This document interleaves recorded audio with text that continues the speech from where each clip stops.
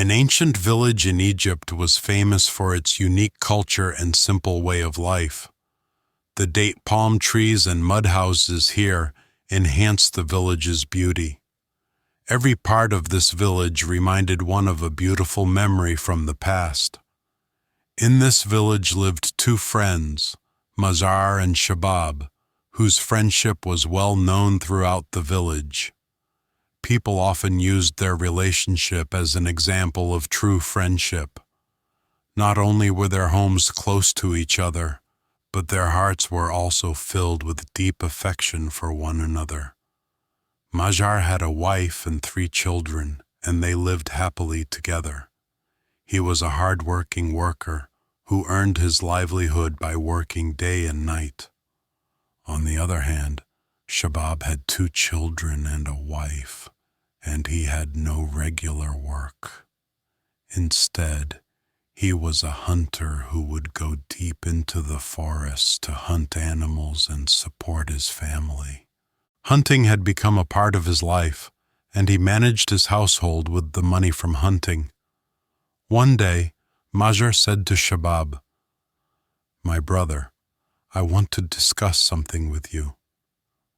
I spend a lot of time working, and when I am away from home, my children are left alone. My greatest fear in life is that they might get into trouble because they are alone. If you could do me a small favor, it would be much appreciated." Shabab immediately replied, "What favor are you talking about?" "Whatever you need, I'm always here for you." Mazar continued, "Since you are usually free during the day, if you ever have time, could you look after my house for me?" The friendship between Mazar and Shabab continued to grow stronger, and they lived in harmony. One day, Mazar's elderly father, who lived in a remote area, came to stay with them. Mazar's father was a wise and experienced man, and when he spoke to Shabab and observed his behavior, he immediately became suspicious of him. In the evening, when Mazar returned home, his father lovingly advised him, "My son, Shabab might be a good friend, but it is not wise to give him responsibilities at home. He doesn't seem like a trustworthy man. Keep your relationship with him limited to friendship only." Mazar was hurt by his father's words but didn't say anything. The next day, his father again firmly told him, "Don't spend too much time with Shabab, and don't go out for outings with him. He is not trustworthy." Mazar, thinking his father was perhaps jealous of Shabab, ignored his advice and continued to prioritize his friendship with Shabab.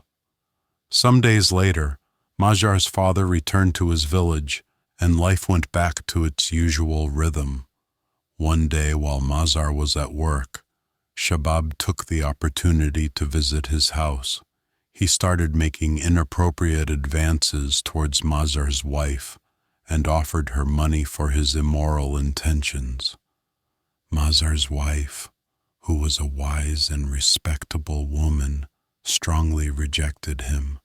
But Shabab, now resolute in his dirty intentions, began to pressure her, threatening, "If you don't agree, I will tell Mazar that you tried to have an affair with me."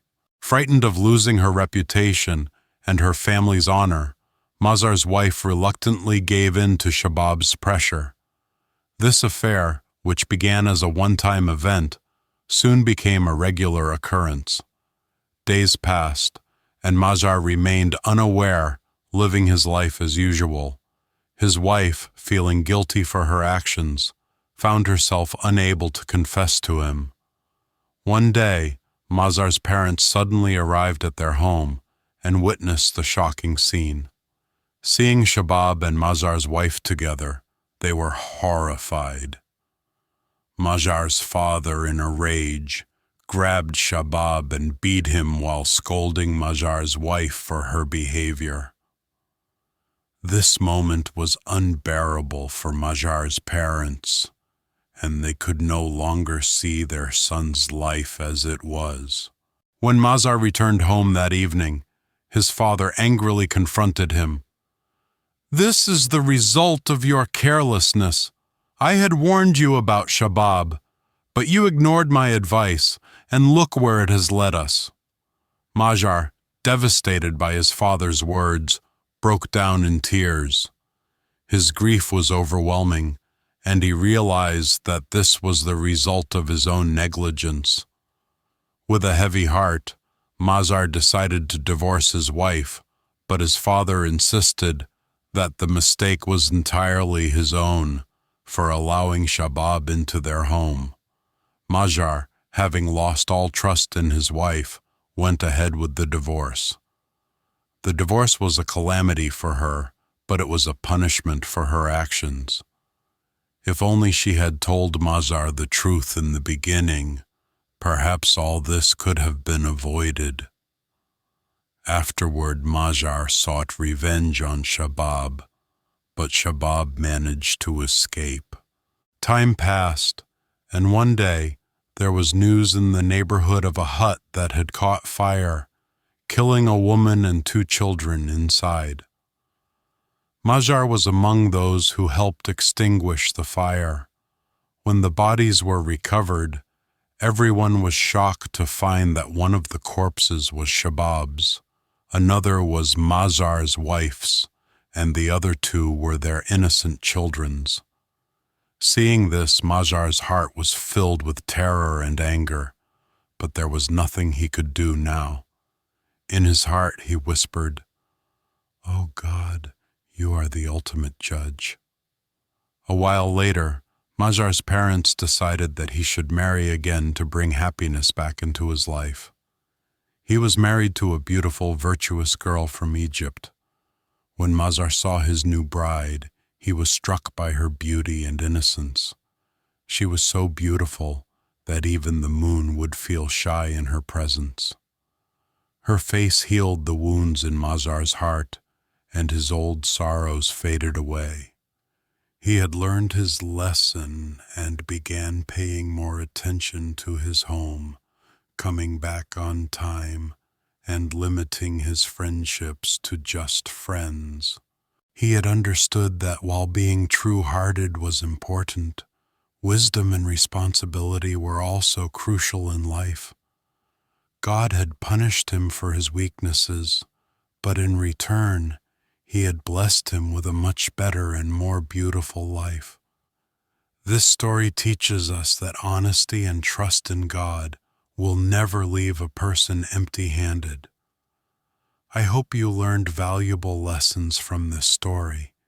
If you enjoy listening to old lesson-filled stories, please subscribe to our channel. Don't forget to like the video and share it with your friends.